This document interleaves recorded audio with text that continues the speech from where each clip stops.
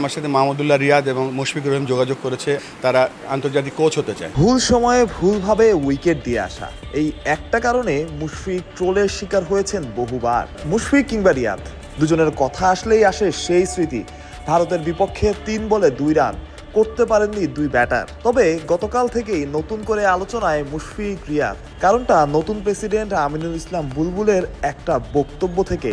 এই দুজন তার কাছে আগে আন্তর্জাতিক কোচ হওয়ার ইচ্ছা প্রকাশ করেছিলেন। এরপর থেকেই সোশ্যাল মিডিয়ায় আলোচনার থেকে ট্রোলই বেশি হয়েছে। ঘুরে ফিরে এসেছে সেই 3 বলে 2 রানের স্মৃতি।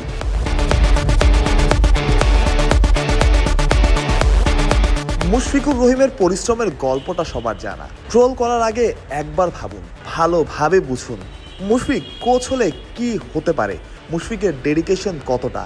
বাংলাদেশ দলের ম্যাচ সিনারিও তার আগে অনুশীলনে মুশফিক, তার পাশেই করছেন মাহিদুল ইসলাম অঙ্কনও, হয়তো শিখছেনও। ক্যারিয়ারের এই পরন্ত বেলায় এসেও মুশফিকের শেখানোয় কোনোটাতেই অনিচ্ছা নাই। একজন কোচের বোধহয় সবচাইতে বড় গুণ এটাই। শুনতে পারেন আমিনুল ইসলাম বুলবুলের গতকালের বক্তব্যটাই। একটা খেলোয়াড় অটোমেটিক্যালি ভালো অ্যাডমিনিস্ট্রেটর হয় না, বা একটা খেলোয়াড় ভালো কোচ স্ট্রেট ওয়ে হয় না।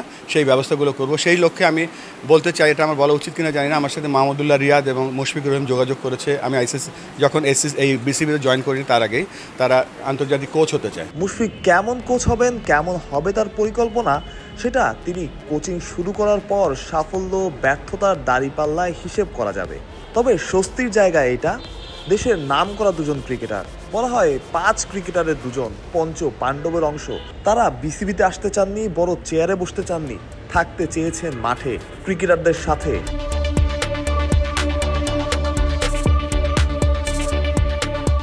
মুশফিকের ব্যক্তিগত অর্জন অনেক আছে, রিয়াদেরও।